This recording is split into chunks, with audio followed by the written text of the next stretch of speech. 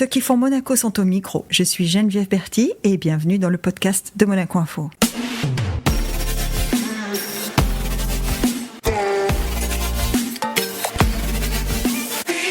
Notre invité du jour est un combattant, champion en titre des poids légers de l'Ares, 8 combats, 7 victoires et 1 match nul.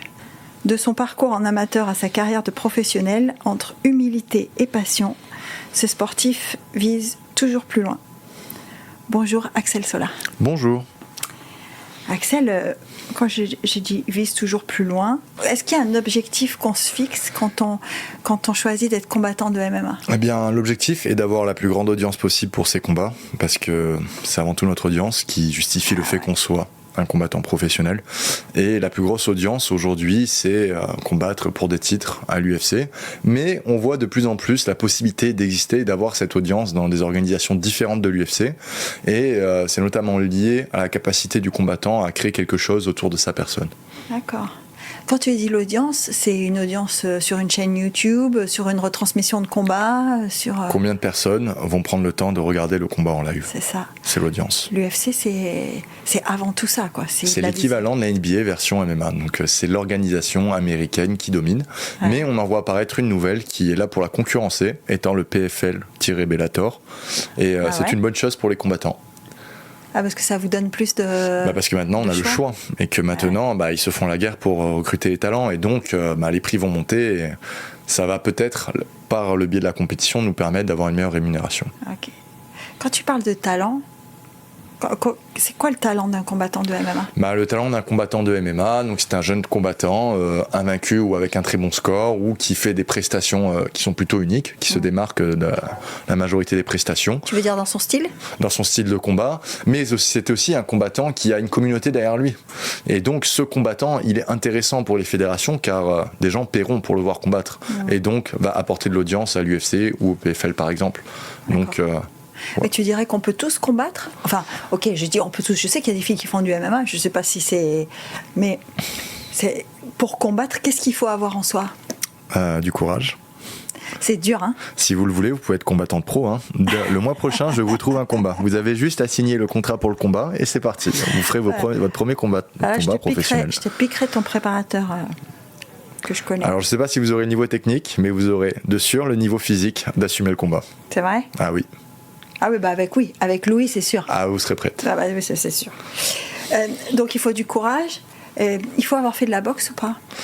Anglaise, je parle, hein, parce que la MMA c'est aussi... Maintenant le MMA, tous les combattants sont de plus en plus complets, tous les combattants savent un peu tout faire et sont de moins en moins excellents dans un domaine et moins bons dans les autres, ils sont juste bons partout. Donc effectivement... dans le domaine striking, la boxe peut être une manière de développer cette capacité de gérer les frappes. Ouais, parce que tu dis dans le domaine striking, donc ça veut dire qu'il y a plusieurs domaines sur lesquels il faut être bon. Il y a plusieurs chemins pour arriver à un bon niveau de striking. Donc, striking, ce que j'entends par striking, c'est les phases de percussion. Ouais. Donc, c'est quand on donne des coups, quoi. Voilà.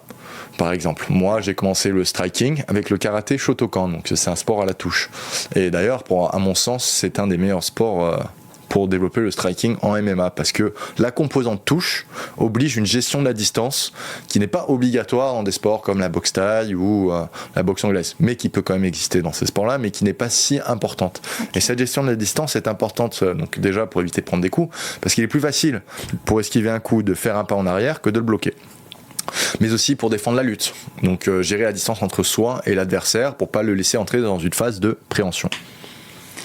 Parce que tu dis la gestion de la distance, donc en fait un des points importants c'est de savoir à combien de distance on doit être de son adversaire pour se protéger et pour pouvoir le toucher quand même. Exactement, on doit choisir quand est-ce qu'on est à distance et quand est-ce qu'on ne l'est pas. Et si possible, quand on décide d'être à distance, être capable d'y être sans que l'adversaire soit prêt à ce qu'on y soit.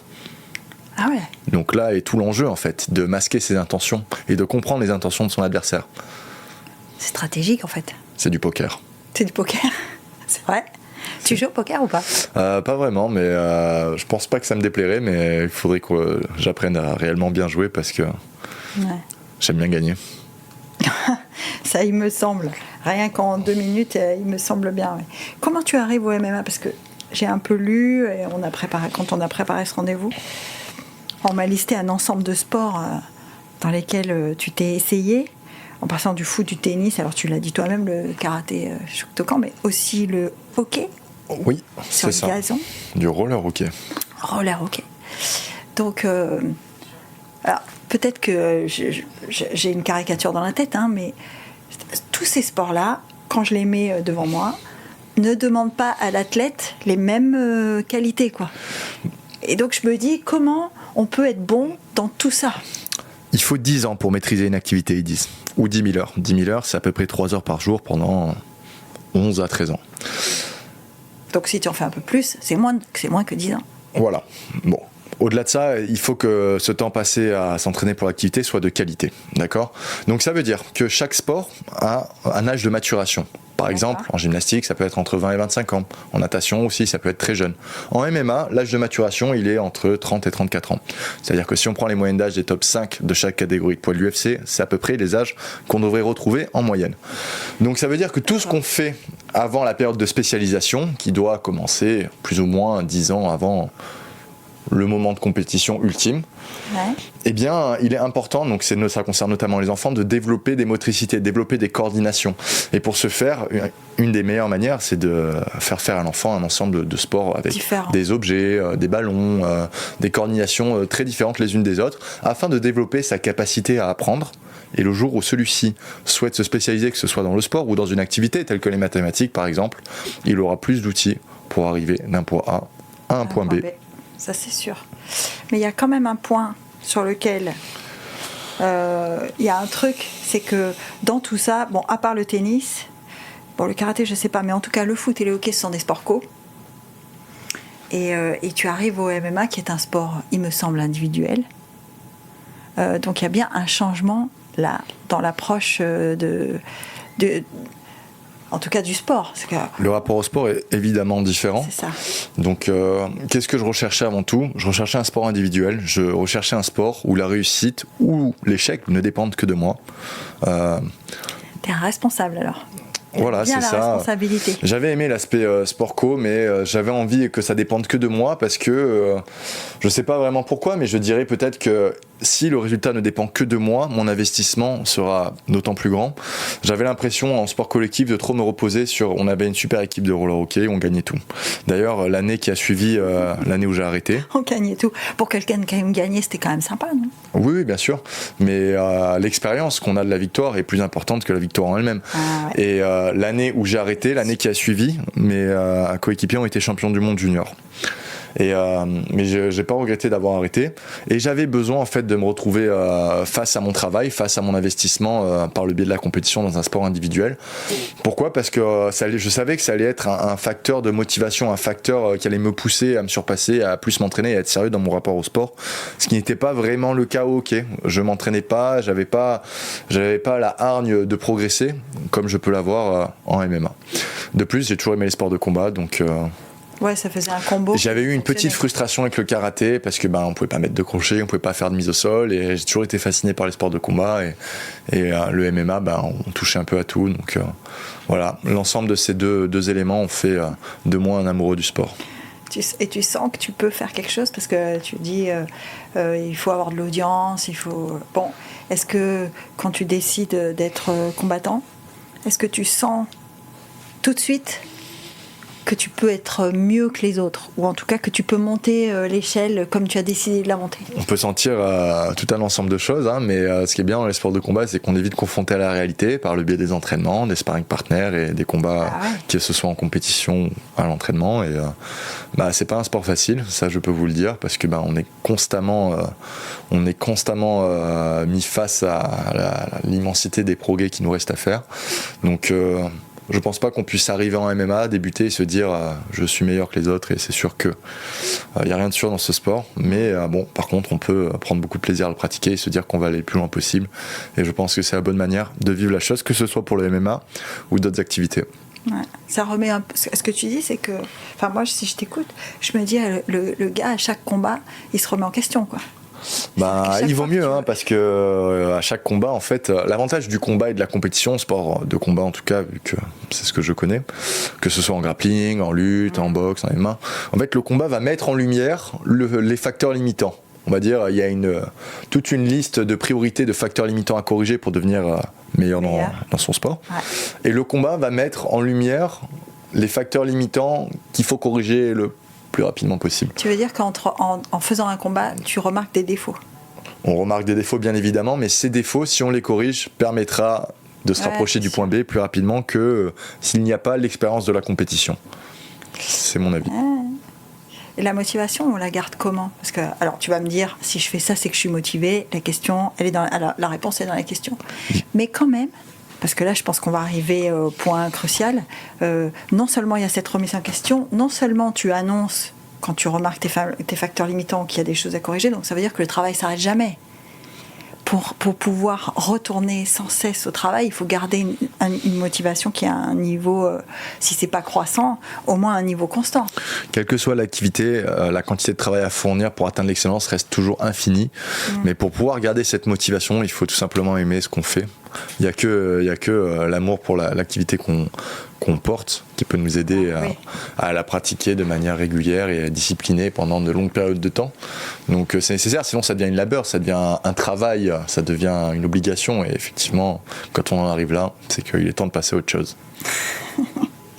Comment tu fais? Alors là aussi, j'ai lu que la catégorie dans laquelle tu disputes tes combats aujourd'hui, c'est pas la même que celle que tu avais quand tu as commencé. Donc comment tu fais pour comprendre qu'il y a quelque chose à changer? Et là, on commence à parler de poids, puisque forcément tu es dans un sport de combat. Donc les catégories sont des catégories de poids. Que ce soit au judo, que ce soit à la boxe anglaise, enfin, on parle de poids. Donc c'est quoi? C'est une question de sensation? Qu'est-ce qui fait que tu te dis, bon... Le niveau de compétition sur les premiers combats pro, il est moins élevé forcément que sur la suite de ta carrière, et donc la plupart des combattants, donc je ne fais pas exception à la règle, ont tendance à pas combattre dans la catégorie dans laquelle ils vont combattre plus tard. Sauf si ce combattant se développe physiquement au fur et à mesure de sa carrière, dans ce cas-là, il va être amené à rester dans cette catégorie de poids. Mais donc, un des patterns qu'on observe, c'est justement des combattants qui commencent dans une catégorie de poids, et au fur et à mesure qu'ils avancent en termes de niveau de compétition, ils commencent à descendre. Donc, ça veut dire qu'ils commencent à s'alléger. C'est-à-dire que plus on va monter en niveau de compétition, plus le facteur poids va être... En fait, tout simplement, les gabarits vont commencer à descendre. C'est-à-dire que moi, je combattais à 77, mais si j'avais continué, j'aurais commencé à prendre des adversaires avec plus d'expérience en combat professionnel, et ces adversaires, forcément, ont un gabarit naturel plus élevé que le mien. Donc, comme je commençais à rentrer dans une phase de ma carrière où j'avais un niveau de compétition en face de moi, où j'avais des gens expérimentés, qui avaient un certain nombre de combats professionnels, eh bien, il était naturel pour moi de descendre dans la catégorie qui me correspond pour...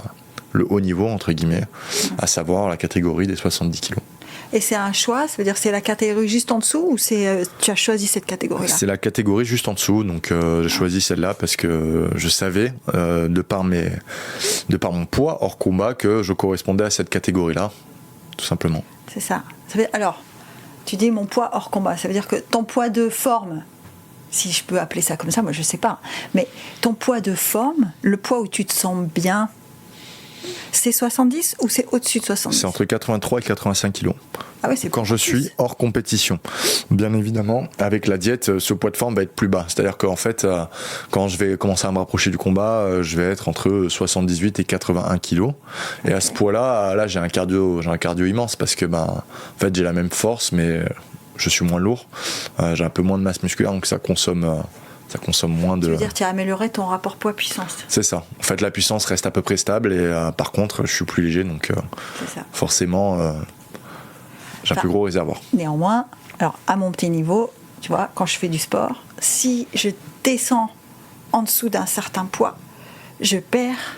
Au lieu de gagner, je finis par perdre. Donc là, tu me parles d'écart, puisque tu me dis mon poids de forme c'est 83. Si j'arrive à compter, je me dis 70, c'est quand même 13 kilos de moins. Alors on est à 70 la veille au matin du combat. Donc en fait, je suis à 70 kilos pendant 2 heures, quoi, au grand max. Donc c'est-à-dire que... C'est possible ça ? Bah oui, c'est possible, hein. Donc il y a tout un ensemble de stratégies qui va me permettre d'arriver à ce poids. Dans un premier temps, pendant toute la phase de training camp, je vais doucement descendre ma masse grasse. puis ma masse musculaire, parce que moi j'arrive très vite à des niveaux de masse grasse assez faibles, en dessous de 5%. Donc à partir ça, de là... Pour ceux qui nous écoutent et qui savent pas, ça veut dire que tu es sec. C'est-à-dire que je suis très sec. C'est-à-dire que je suis très sec et que j'ai plus trop de graisse à perdre, parce qu'arrivé à 5%, le corps il veut plus perdre la graisse, il veut la garder parce que c'est nécessaire. C'est ton métabolisme? Ouais, j'ai un métabolisme très rapide à la base. Voilà. Je suis plus de base, je suis toujours grand maximum en dessous de 10%. Depuis toujours, tu as toujours été je pense que c'est le fait d'avoir fait beaucoup de sport tous les jours pendant plusieurs heures qui... C'est une fonctionnalité qu'on active, ouais, c'est sûr. Qui m'a donné ça. Je pense que ça vient de là. Et que t'as jamais connu beaucoup d'arrêts aussi. Je me suis jamais arrêté, j'ai toujours été actif. Parce que quand tu as ce métabolisme-là et que tu restes une longue période sans rien faire, elle est plus difficile à récupérer. Oui, voilà. Puis bon, après il y a l'âge aussi, ouais. Je vois bien déjà sur mon corps qu'il y a des choses, je réagis plus de la même manière. C'est vrai, déjà? Oui, déjà. Parce que quel âge tu as là? Là j'ai 26 ans. Ah, déjà? Donc le sport de maturation c'est 32 ans on va dire en MMA, donc probablement que mes meilleurs matchs je les ferai dans 6 ans. Donc c'est à dire que j'ai 6 ans pour devenir la meilleure version de moi-même. Bon, c'est pas mal, hein, parce que là, si je regarde... c'est moins bien que 7, mais c'est mieux que 5. 7 victoires, 1 nul, et tu me dis je suis pas encore la meilleure version de moi-même, on peut raisonnablement imaginer que c'est plein d'espoir quand même. Oui, mais bon... Une victoire face à quelqu'un de mon niveau, c'est une chose. Une victoire face à l'élite, c'est encore autre chose. Donc il y a aussi le combat.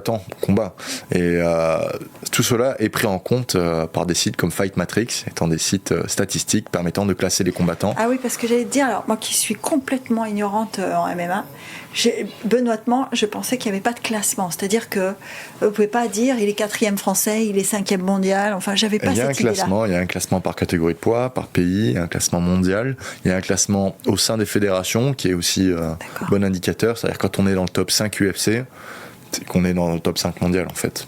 Ouais. Alors on revient au truc de perdre 13 kilos petit à petit. Donc tu perds d'abord de la masse graisseuse, comme tu n'en as pas beaucoup, ça commence... Voilà, donc là j'arrive à 80-81 et puis après il s'agit de perdre un petit peu de muscle. Un petit peu, il n'y a pas besoin de perdre beaucoup, tout simplement parce que pour 1 kg de muscle, il y a 1 kg d'eau. Donc si je perds 2 kg de muscle, je perds 4 kg. Donc ça peut aller très vite. Et surtout que cette masse musculaire que je perds, c'est essentiellement une masse musculaire entre guillemets inutile. Pourquoi ? Parce que en fait, pendant la phase de training camp, alors ça c'est énorme. La stimulation de l'activité, de la pratique de l'activité en sparring, en boxe, en lutte, on fait beaucoup de spécifiques, on fait très peu de choses peu spécifiques. En fait, ça va être une stimulation suffisante sur le système musculo-squelettique pour maintenir la masse musculaire. C'est-à-dire que l'intensité de l'entraînement va permettre de maintenir la masse musculaire. Tu vas pas perdre l'essentiel, c'est ça que tu es en train de me dire. Je vais pas perdre les muscles moteurs. Par contre, ce que je vais perdre, lié au déficit calorique et à des stratégies alimentaires permettant de plutôt cibler une perte protéique que graisseuse, va donc être naturellement dirigé vers des masses musculaires qui ne sont pas stimulées. Le corps va sentir que telle fibre de ma fesse ne travaille pas tant que ça ou ne subit pas les mêmes tensions que le reste de la fesse. Et donc, j'ose croire qu'il va... Il va commencer à manger là, quoi. Voilà. Alors après, il faut savoir que la perte de masse musculaire est très peu étudiée chez l'athlète. Il y a très peu de papiers sur le sujet. C'est assez étudié chez la personne âgée ou sur des maladies très spécifiques. Ça me semble, ouais. Donc, c'est pas un domaine sur lequel il est aisé d'avoir des informations claires et nettes. Mais bon, l'expérience a tout autant de valeur que la théorie à ce sujet. Et à ce moment-là, comment on fait un programme ? Parce que j'imagine que tu le fais pas tout seul, il y a des gens autour de toi. Est-ce que c'est fondé sur ta sensation ? Donc oui, effectivement, on a une diététicienne dans l'équipe du Boxing Squad qui nous aide. Ouais, après il y a des techniques, j'imagine. Qui s'appelle Mélanie Volevin. Ouais. Et donc en fait, mais je pense que quel que soit l'objectif en termes de diète, ça devrait toujours commencer par une évaluation de la composition corporelle. Masse graisseuse, masse musculaire, flotte. Et ça peut sembler banal, mais en fait, on n'adapte pas la même stratégie quand le but alimentaire, quand le but est de perdre du muscle ou de la graisse. Donc là, je parle de moi. Mais bon, je suis surtout calé sur la perte de poids MMA pour les hommes. Ouais. Mais j'imagine que c'est pas pareil quand on est en surpoids avec une résistance à l'insuline, quand on a un surpoids avec une résistance à l'insuline moins marquée. Donc c'est peut-être pas les mêmes stratégies alimentaires non plus. La résistance à l'insuline qui est quand même un des facteurs les plus répandus sur la difficulté, alors pas de pas grossir, mais de pas maigrir. C'est-à-dire qu'il y a beaucoup de gens qui vont t'écouter, qui vont se dire le gars il arrive à perdre 13 kilos alors que moi je fais des efforts de dingue et j'y arrive pas. Et puis il faut savoir que sur les 13 kilos, en fait, je perds 5 kilos avec la diète et les 8 derniers kilos, je les perds en une semaine. Et c'est de l'eau que je perds, donc c'est pas une perte de poids qui est durable dans le temps. Je joue avec des mécanismes naturels du corps. C'est comme ça que tu les récupères juste derrière, quoi. C'est ça. C'est-à-dire que les 8 kilos d'eau que je perds, je les reprends d'un coup. Et le fait d'être en surplus glucidique, l'espace d'une journée va permettre de retenir encore plus d'eau dans le corps. Et donc effectivement, je fais des rebonds de plus de 10 kilos par ce biais-là. Mais c'est que de l'eau. C'est que de l'eau. Donc ces pertes de poids-là ne sont pas adaptées pour la santé de monsieur et madame tout le monde. Mais il y a des choses intéressantes à comprendre par contre dans le processus pour arriver jusque-là. Ouais. Alors ça veut dire, si je t'écoute, que tu ne combats pas à 70 kilos. T'es plus lourd quand tu... Tous les combattants sont plus lourds le jour du combat qu'à leur poids de pesée. Ouais, c'est un peu comme les boxeurs, hein, parce qu'il y avait Hugo exactement comme les boxeurs et qui nous expliquait que à la pesée il avait un poids, sur le ring il avait plus ce poids-là déjà. C'est-à-dire que c'était juste. Et donc, c'est marrant, tu parles d'eau parce que lui nous disait qu'il y avait des nuits précédant la pesée où il pouvait même plus boire. C'est-à-dire que pour se désaltérer, il mettait de l'eau dans sa bouche, mais il ne l'avalait pas. En général, c'est la nuit juste avant la pesée. La pesée, c'est le matin, donc c'est la nuit avant la pesée. Alors, ça veut dire que c'est des choses que toi, tu peux vivre aussi, ça ? Ah, j'ai eu très soif à ma dernière pesée. Très, très soif. C'est vrai ? Oui. Est-ce que ça fait pas des sensations physiques compliquées quand même à gérer ? C'est pas très agréable. Après, il faut comprendre que le corps peut très bien gérer la déshydratation. Pourquoi ? Parce que des niveaux de déshydratation tels que je le présente peuvent arriver dans la nature. Tout simplement, si on est amené à courir pendant des heures et des heures et des heures derrière une proie, c'est-à-dire le genre de choses à la base pourquoi nous existons, nous sommes faits, on peut arriver à ces niveaux de déshydratation. Si par exemple il n'y a pas de source pour se désaltérer ou que pour X raison l'effort est étendu dans le temps et qu'il fait très chaud, on peut arriver à des pertes de 7 à 10% du poids de corps. Ça peut arriver dans la nature. Par contre, le corps résiste très mal aux coups de chaud. Alors ça, je te confirme. Je crois qu'il y a un des trucs les pires, c'est quand je fais des séances de running et que j'ai chaud, j'ai du mal derrière à maîtriser l'effort de la même manière. Tu vois, j'y arrive plus difficilement que quand j'ai froid en fait. Mais il y a vraiment un point dans le coup de chaud qui s'apparente à l'insolation. Alors j'ai pas les mécanismes physiologiques exacts en tête de ce moment-là, mais il faut l'éviter. Donc c'est pour ça qu'en général la perte de poids hydrique on le fait en plusieurs sessions pour laisser le temps au corps de redescendre en température afin de progressivement l'y amener encore une fois et de suer. Donc oui. Alors l'image du combattant, ou du sportif qui s'entraîne avec des vêtements qui le font transpirer, ça s'applique à toi ? Ça peut s'appliquer, donc ça peut même s'appliquer loin de la pesée. Pourquoi ? Parce qu'en fait, il faut habituer le corps à la chaleur, il faut préparer le corps à la chaleur. C'est comme, sinon, c'est comme aller faire un marathon sans s'entraîner à la course avant, c'est pas possible. Ouais, il faut s'entraîner pendant plusieurs mois pour habituer le corps à de longues distances et à ce type d'effort, afin de pouvoir performer. La perte hydrique par le biais de la chaleur, c'est exactement la même chose. Il faut préparer le corps à tolérer la chaleur. Donc on peut le faire en s'entraînant avec beaucoup de vêtements, pour avoir chaud. On peut le faire en faisant du sauna. Empêcher la respirabilité en fait. Il faut avoir chaud, il faut faire monter la température corporelle, soit par l'effort, soit de manière passive, comme le sauna ou les bains chauds. Donc par ces biais-là, on peut le préparer à tenir et à mieux réagir, à plus transpirer aussi. Et donc à adapter son rythme cardiaque, parce que quand on a chaud, généralement, la première réaction du corps, c'est... Envoyer la pompe. La pompe ? Bah ouais. Ça s'entraîne. Donc ça aussi, oui, évidemment, j'imagine que tout s'entraîne. Mais là, je t'écoute et je me dis, le quotidien d'Axel, c'est quand même extrêmement contrôlé, quoi. Il n'y a pas de surprise. Alors, c'est pas encore la NASA, mais doucement, on y arrive. Hein. C'est pas la NASA. C'est pas la NASA, mais c'est quand même contrôlé, quoi. Oui. C'est mentalement... La discipline, c'est la clé. Hein. Et ma discipline d'aujourd'hui est bien meilleure qu'il y a 2 ans. Et la discipline que j'aurai dans 2 ans sera bien meilleure que celle que j'ai aujourd'hui. C'est le point sur lequel je progresse avec le temps, l'âge, la maturité. Oui. Là, tu me dis ça, moi, je comprends. Et j'imagine très bien, parce que j'imagine ce que peut être ton quotidien. Je pense que sans discipline, c'est impossible à tenir, puisque de ce que j'entends, tout est important, chaque détail est important. Mais mentalement, comment on se prépare à ça ? Parce que il y a quand même... Alors, c'est pas juste une décision, Axel. Tu vas pas me dire, c'est juste j'ai décidé que j'allais le faire, alors je le fais. C'est pas que ça. Non, mais Comment on tient dans le temps? C'est au fur et à mesure, hein. C'est-à-dire qu'au début, je peux vous donner un exemple par rapport à la nourriture. Mon avant-dernier combat, après le combat, j'ai explosé sur la nourriture. Et je mangeais, c'est un peu la restriction alimentaire, ça a une pression psychologique sur notre rapport à la nourriture. Et quand on est enfin libre de manger, c'est comme ça qu'il y a beaucoup de monde c'est pas qui fait carnage, des régimes mais presque. et qui derrière fait un yo-yo énorme. Exactement. Dès qu'on a décidé qu'on avait atteint le poids et qu'on dit là je peux y aller, alors là généralement c'est l'enfer. Et donc je fais la bêtise de me lâcher totalement, et bien j'ai regretté parce que ça entraîne des complications et puis ça fatigue le corps, et puis ce qui passait quand on est jeune ça passe moins avec l'âge, et il y a différents signes qui le montrent. Et bien après il y a une décision à prendre, est-ce qu'on fait les choses bien, est-ce qu'on les fait à moitié ou est-ce qu'on les fait à fond ou pas. Et du coup par exemple maintenant je gère mieux ces phases-là d'après combat. Maintenant j'arrive à manger propre et j'arrive à me restreindre quand c'est le moment de dire stop, j'arrive à dire stop. Donc l'expérience, j'imagine, c'est le meilleur des enseignements. Oui. Le meilleur des enseignements, donc l'expérience, et puis c'est petit à petit. Qu'est-ce qui disait que l'expérience c'est juste la somme de nos erreurs, mais tu vois. C'est ça. Je sais plus qui disait ça. Hegel aurait pu le dire, je sais pas s'il l'a dit, mais il aurait pu le dire. Je suis pas sûre, mais ça peut être simplement quand tu regardes tu me dis je suis pas le même qu'il y a 2 ans, donc ça veut dire qu'en 2 ans tu as fait des erreurs que tu as déjà corrigées. Et que tu sais que tu en feras d'autres et que... Mais c'est brique après brique, c'est toujours une petite pierre en plus à l'édifice. Alors, quand moi je te parle de mental, c'est parce que je me dis que le plus difficile, c'est de maintenir cet équilibre qui est multiple dans ton cas, puisque tu parles d'alimentation, d'entraînement, de contrôle, y compris de la température, de ton rythme cardiaque, etc. Donc tout ça, quand je te parle de mental, c'est... il y a un élément qui fait qu'il n'y a pas un seul jour, admettons, on fait 365 jours, il n'y a pas un seul jour où tu vas dire aujourd'hui je ne fais pas.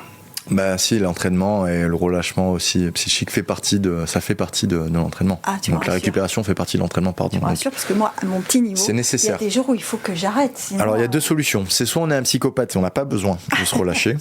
Non mais c'est vrai. Alors pardon, si je te bouscule là, en disant ça, mais il y a beaucoup de gens qui pensent que les combattants sont des psychopathes. Alors j'avais lu un livre sur la performance et il décrivait donc les athlètes de haut niveau de 2 manières. Soit c'est des psychopathes, ils sont complètement sans émotion, soit au contraire c'est des gens... Tu veux dire Ivan Lendl par exemple? Enfin peut-être toi ça te dit rien, mais... Non là ça me dit rien, comme ça j'ai pas la référence, mais... J'adore. Et soit c'est des gens au contraire qui sont très dans l'émotion, donc c'est soit l'un soit l'autre. Ouais. Voilà. Après, ce que je veux dire par là, c'est que... un sportif qui est très très dans l'émotion, c'est quand même très difficile. Il faut apprendre à gérer. C'est pas le problème d'avoir une grosse voiture, c'est le problème de pas savoir la conduire. Ouais. C'est vrai. Et là où je voulais en venir, c'est que du coup, oui, pour des gens lambda ou des gens normaux, entre guillemets, normalement constitués psychologiquement, il y a besoin d'avoir des phases de décompression, c'est nécessaire.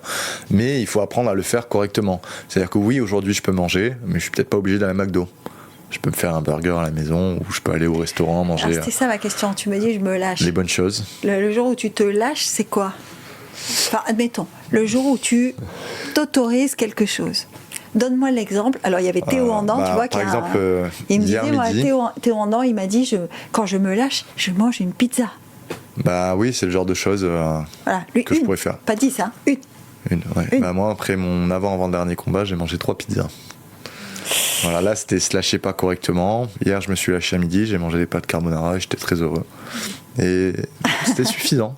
J'ai pas mangé 1 kilo, mais j'étais content. J'ai apprécié le moment. Est-ce que tu aimes ça? C'est-à-dire tu aimes manger ou pas? J'adore manger. Tu aimes le goût? J'adore le goût. Ouais. Donc quand même mentalement, tu vois, tu as appris à gérer un truc qui est... Alors je sais que tu vas me dire c'est pas une privation, mais c'est quand même un choix de pas aller dans cette direction-là, quoi. Pas seulement l'alimentation, d'ailleurs. Effectivement, mais c'est dans la difficulté qu'on élève notre conscience et notre esprit. Donc le rapport à la nourriture, c'est un excellent moyen déjà de prendre de l'élévation par rapport à ce qu'on est aujourd'hui et de devenir une meilleure personne demain. Donc effectivement, je pense même que la nourriture, c'est une des premières frustrations qu'on rencontre dans nos vies quand on est enfant, quand on a faim. Et donc c'est plus que juste... se faire plaisir, pas se faire plaisir, je pense que c'est un peu plus profond que ça. C'est juste notre rapport à la frustration, au manque. Je pense qu'il y a à creuser, mais il vous faudra un invité un peu plus calé que moi en psychologie pour ça. Non, fait, c'est pas que de la psychologie. Moi, je suis très attentive au ressenti, tu vois, parce que ça explique ce qui est possible, ce qui est pas possible.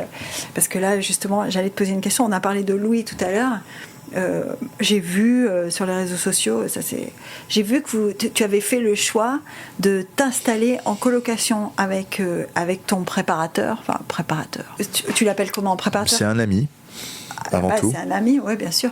Mais il t'aide à te préparer. Oui, alors, on partage cette passion du sport et du mouvement. On s'est rencontrés à la fac. Donc, bien évidemment, on avait tous les deux décidé que. Au STAPS de Nice, c'est ça. Ouais. On avait tous les deux décidé que le sport serait une partie intégrante de nos vies. Donc, on avait déjà ça en commun. Après, la vie à ce moment-là fait qu'on a déjà été en colocation auparavant. Et ça s'est bien passé. Et puis, on avait tous les deux envie de changer d'appartement. Et puis, on s'est dit, pourquoi pas? Pourquoi pas, effectivement, mais là tu te retrouves quand même avec celui qui t'aide à te préparer, qui est sous le même toit que toi. Donc ça veut dire qu'il y a aussi... tu envisages cette préparation différemment. C'est-à-dire qu'il n'y a pas un moment où tu te retrouves, toi, en disant si j'ai pas envie je fais pas ou quoi, parce que là c'est bon même... Après il est pas là à me fliquer si j'ai pas envie je fais pas de toute façon mais je sens pas une pression ou une contrainte particulière par rapport au fait qu'il m'aide à me préparer et qu'on soit dans la même maison.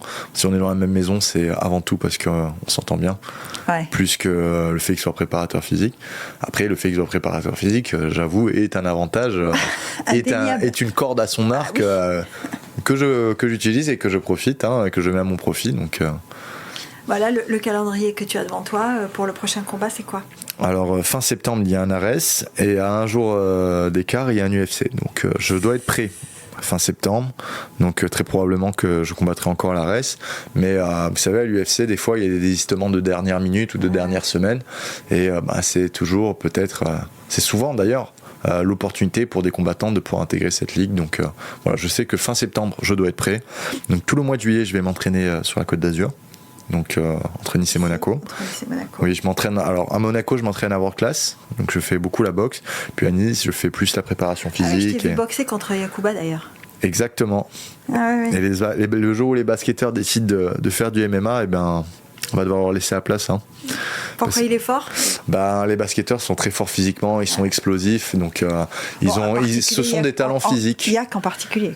Ce sont des talents physiques en plus d'avoir une excellente coordination. Donc le jour où ils transitionnent en MMA, il va falloir se mettre au niveau pour tout le monde. Mais bon, le basket, c'est un sport complet. C'est un super sport. Ouais, ça c'est vrai. Et du coup, alors tu disais, je suis niçois. Donc tu t'entraînes à Monaco, mais tu as d'autres liens avec Monaco ou pas? Alors mon grand-père était capitaine du port de Monaco, on lui a offert la nationalité, mais c'était une autre époque, il était très attaché à l'armée et aux valeurs de l'armée française et du coup il l'a refusé. Malheureusement, parce capitaine du port. Capitaine du port, s'il l'avait accepté, j'aurais peut-être fait les Jeux Olympiques pour Monaco en boxe anglaise ou dans un sport annexe au MMA, donc... mais c'était pas ma destinée. Non. C'est dommage d'ailleurs.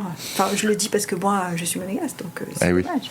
Mais là, quand tu me parles des combats à Arès, etc., tu me parles pas. Alors, je sais que le MMA, c'est pas un sport olympique, mais tu me parles pas de compétition comme ça. Ça veut dire que pour l'instant, tu envisages pas de sortir de cet univers MMA. Voilà, tu feras que ça. Là, j'ai juste mis un pied dans le monde professionnel. Là, je suis sur le premier tiers de ma carrière professionnelle. Donc, j'en suis qu'au début. Et puis, j'ai bien conscience qu'au fur et à mesure que j'avancerai dans ma carrière, des opportunités se présenteront. Et au fur et à mesure que je m'approcherai doucement de la fin, ce qui va suivre deviendra de plus en plus évident pour moi. T'aurais pensé faire autre chose que sportif professionnel? Athlète Les études universitaires, ça me plaisait bien, l'idée de faire de la recherche, mais je pense qu'il y avait la composante physique du mouvement qui manquait. Avant de découvrir le MMA, j'avais pour idée d'aller à l'armée et de faire les forces spéciales, pour le côté un peu polyvalent du métier.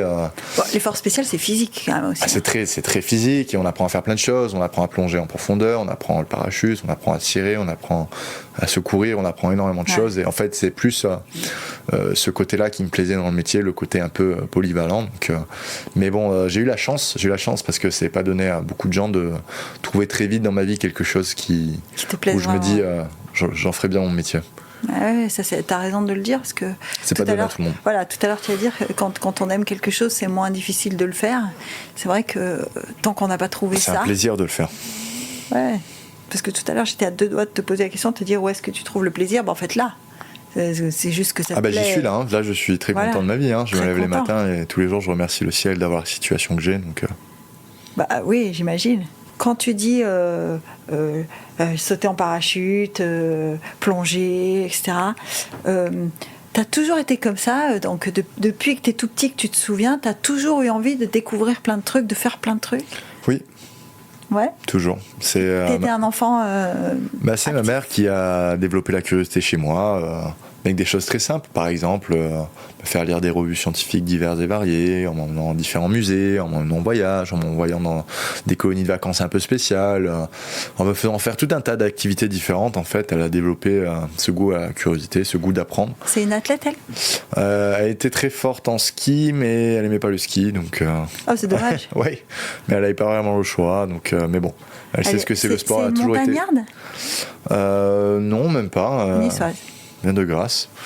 Mais voilà, elle faisait plein de sports, elle était toujours bonne en sport, mais comme c'est jamais les sports qu'elle aimait, du coup, elle n'a pas pu performer. Non. Ouais, mais tu vois, ça vient pas de nulle part. C'est-à-dire une aptitude comme ça, qu'elle soit physique ou mentale, elle vient pas de nulle part quand même. Je sais pas, je ne pourrais dire la part de l'inné de l'acquis. Je pense que la majeure partie c'est de l'acquis, bien évidemment. Ce rapport à la discipline, le rapport au goût du travail, le rapport. Ouais, ça, je pense que c'est de l'acquis. Puis je peux vous le dire, hein, en MMA, être talentueux c'est une chose, hein, mais sans travail, on peut pas être bon sans travailler, c'est impossible. La personne la plus talentueuse au monde ne pourrait pas tenir un combat face à un athlète entraîné. Donc la part de travail, elle est immensément plus importante que la part d'acquis. En tout cas pour le MMA. Justement, en parlant du MMA, est-ce que tu es conscient, enfin j'imagine, tu peux être d'accord ou pas avec moi, c'est quand même une discipline qui a une image à la base qui n'est pas toujours positive. Eh bien, on parle beaucoup de danger, on parle beaucoup de dépassement d'une certaine limite. Alors en termes de danger, un sport comme le rugby est immensément plus dangereux que le MMA. Ouais. Par exemple, en rugby, chaque année, il y a des morts et des blessés très graves. C'est jamais le cas. En tout cas pour les vertébrés. Depuis que le MMA existe, il n'y en a jamais eu de mort ou de paralysé. Alors qu'en rugby, ça arrive très souvent. Donc c'est-à-dire que prendre un coup de poing, c'est une chose. Se prendre un impact d'une personne de 100-120 kg en sprint, c'est l'équivalent d'un accident de voiture, quoi. Donc c'est un autre niveau d'impact. Donc en traumatologie du sport, le MMA c'est pas le pire. Alors, je vais pas vous dire que c'est pas dangereux. Effectivement, on prend des coups à l'entraînement, on en prend. On est abîmé quand on sort d'un combat ou pas? Alors tu vas me dire, ça dépend si on a gagné ou on a perdu. Mais la plupart de mes combats, non. Alors mon dernier, j'ai été surpris premier round et j'ai été bien touché. Donc le dernier combat, oui, j'ai été un peu abîmé. Mais dans l'ensemble. Abîmé au visage? Ça peut... j'avais pas de marque, mais j'ai été étourdi par un coup en fait lors du premier round. Donc oui, ça a été une pression que j'ai mis à mon corps, quoi. Mais bon, en fait, c'est là où encore une fois, le MMA par rapport à des sports comme le rugby est moins accidentogène. Par exemple, on combat entre 2 à 4 fois par an. Ouais, c'est pas énorme. Combien y a-t-il de matchs en rugby par an? Il y en a tous les week-ends. Donc tous les week-ends, on est exposé à des gros impacts. Ouais, 50 matchs. Donc après, il y a des manières de gérer ça, peut-être dont je n'ai pas idée, mais il y a une exposition aux impacts de haute amplitude qui est quand même réduite en MMA. Collectif, donc, surtout si l'entraînement est géré intelligemment aussi, parce que l'objectif c'est qu'un entraînement ne s'abîme pas, donc il n'y a pas besoin de frapper, de mettre trop d'intensité à l'entraînement n'importe comment, quoi. Donc voilà. Après, bon, effectivement, c'est pas non plus du billard. Donc, c'est ça. Donc là, c'est par rapport à l'aspect traumatologie. Et l'autre question, c'était sur... C'était la douleur. La douleur, vous savez, plus on fait de sport, moins on est sensible à la douleur. Donc les sportifs, en général, ressentent moins la douleur qu'un sédentaire. Donc plus on s'entraîne, plus on est capable de la supporter. Ouais. Et l'étiquette de violence, parce que le MMA aussi. Alors, l'étiquette de violence. Donc il y a eu toute une propagande en France qui était un peu anti-MMA pendant plusieurs années pour des raisons administratives, politiques. Donc c'était le rapport à différentes fédérations de sport qui sentaient le danger arriver venant d'un sport qui était en train d'exploser partout dans le monde, hein, parce qu'il faut savoir que le MMA c'est le sport de combat le plus regardé au monde. Donc dans un premier temps, il y a eu un peu toute cette propagande anti-MMA, et puis là on a observé depuis sa légalisation un changement un peu de rapport au sport. Ça commence un petit peu plus à être accessible au grand public. Et puis il y a vraiment un engouement qui est en train de se créer en France pour ce sport. Donc il est après, structuré, ça y est ou pas? Oui, il est structuré. Il y a une fédération de MMA depuis le Covid, il me semble. Hein. Donc il y a des clubs dans lesquels on peut. Donc il y a toujours eu des clubs. l'entraînement n'a jamais été interdit de MMA, mais c'était la compétition qui était interdite sur le territoire français. Et là, ce qui a été fait d'intéressant, c'est qu'il y a toute la partie MMA amateur qui a été développée et qui a été très bien développée. C'est-à-dire que maintenant, quand on est en France, il est aisé de pouvoir faire entre 10 et 20 combats amateurs par an. Pour moi, c'était très difficile parce que pour pouvoir faire autant de combats amateurs, il fallait que j'aille à l'étranger sur des gros tournois. Donc en plus, il n'y avait pas forcément de la progressivité dans l'opposition. Donc c'était vraiment compliqué. Alors que maintenant, c'est très facile de se faire une expérience amateur, et puis ça permet aussi de voir aux gens, ça permet aussi aux athlètes de voir si le sport leur correspond, et puis aussi lorsqu'ils vont passer professionnels, avoir une bonne gestion des différentes phases du MMA, et donc aussi être mieux capable de protéger son intégrité physique. Est-ce que tu peux faire autre chose que du MMA dans ta vie quotidienne ? Je fais beaucoup de musique. Ah. J'aime beaucoup, mais j'avoue que là, il faudrait que je me trouve un professeur, j'irai plus vite quand même. Parce que là, je tourne beaucoup en rond, donc je m'intéresse au jazz, au piano et à la guitare. Donc, tu joues ? Oui. Je fais de la guitare classique quand j'étais petit, et puis là, pour le piano, j'ai découvert ça il y a 2-3 ans, et j'ai adoré l'instrument, et je trouve que... Tu lis le solfège donc ? Un petit peu, mais c'est pas là-dessus que je m'appuie. Tu joues à l'oreille ? Non, je sais lire des partitions de musique, alors après, pas spécialement vite, mais j'ai bien compris la logique jazz, mais après, la comprendre c'est une chose, être capable de l'appliquer c'en est une autre. Et je trouve que c'est une des meilleures manières de devenir libre avec l'instrument. Parce que le problème de la musique classique, c'est qu'on est prisonnier d'une partition. Alors, ce qui est libre, c'est l'interprétation de la partition, donc ça a son intérêt aussi. Mais dans la musique jazz, on peut par exemple prendre un standard, un thème, et s'amuser à le tourner de plusieurs façons, lui donner plusieurs feelings différents, et je trouve ça vraiment intéressant d'être capable de le faire. Mais comme je l'ai dit, là, si je me trouve un professeur, ce serait plus facile quand même. Donc si un professeur de jazz écoute cette émission, qu'il me contacte. Je suis sûre qu'il y en aura, moi. Bon, d'autant plus que tu vois, récemment, il y avait une pianiste à ta place qui m'expliquait, de la même façon que tu m'as expliqué qu'il y a une maturité quand on est un sportif dans certains sports, suivant l'âge, etc. Elle m'expliquait que pour être une pianiste professionnelle, ça lui avait pris entre 10 et 15 ans. Et que ce temps-là, il était difficilement compressible. Avec le caractère que tu as, tu te dis quoi ? Si jamais un jour je trouve un prof, je pourrais progresser jusqu'à ce niveau-là ? Après, j'ai pas pour ambition d'être pianiste ou guitariste professionnel. C'est avant tout personnel, c'est un loisir. Ouais. Donc après, on verra bien.